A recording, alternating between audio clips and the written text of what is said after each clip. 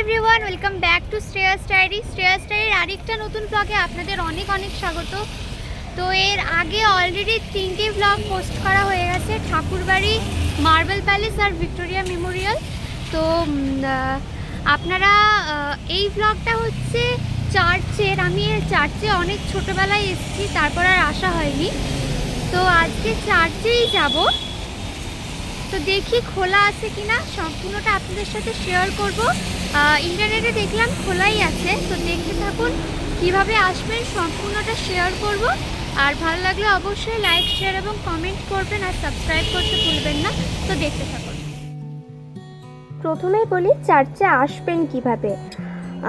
কবি সুভাষ থেকে দক্ষিণেশ্বর যাওয়ার যে মেট্রো, সেই মেট্রো ধরে নামতে হবে রবীন্দ্র সদন অথবা ময়দানে। সেখান থেকে 10 মিনিট হাঁটা পথ এলেই চার্চে আপনারা পৌঁছে যাবেন। আর চার্চের ওপেনিং টাইম হচ্ছে সকাল 10টা থেকে সন্ধ্যে 6টা অবধি খোলা থাকে। আর রবিবার করে চার্চ খোলা থাকে সকাল 6টা থেকে সন্ধ্যে 6টা অবধি।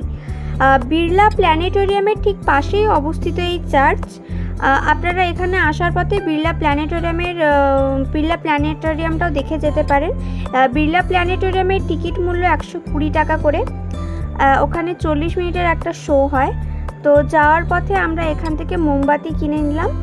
মোমবাতি কিনে তারপর ভেতরে আমরা প্রবেশ করলাম। তো আমরা এখন 10 টাকা করে টিকিট কেটে নিয়েছি। এরপর আমরা ভেতরে যাব।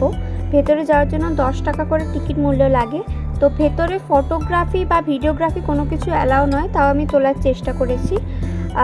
আপনারা বাইরে ফটো, ভিডিও সব কিছুই করতে পারেন, কিন্তু ভেতরে কোনো ফটোগ্রাফি বা ভিডিওগ্রাফি অ্যালাউ নয়।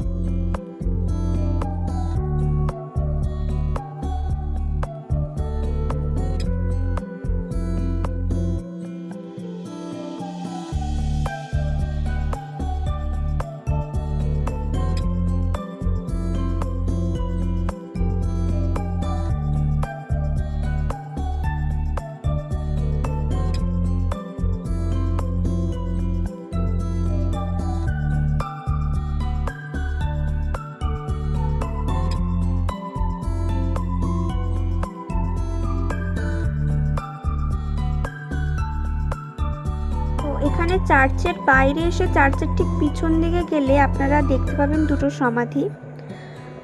তো সমাধির নামগুলো ঠিক দেখা যাচ্ছে না, তো আপনারা আসলে অবশ্যই দেখে যাবেন। আর এই ব্লগটা বেশি বাড়াবো না, এরম আরও নতুন নতুন ব্লগ পাওয়ার জন্য আমার চ্যানেলটা সাবস্ক্রাইব করে রাখুন, আর পাশে থাকা বেল আইকনটা অবশ্যই অন করে রাখবেন এরম আরও নতুন নতুন ভিডিওর নোটিফিকেশন পাওয়ার জন্য।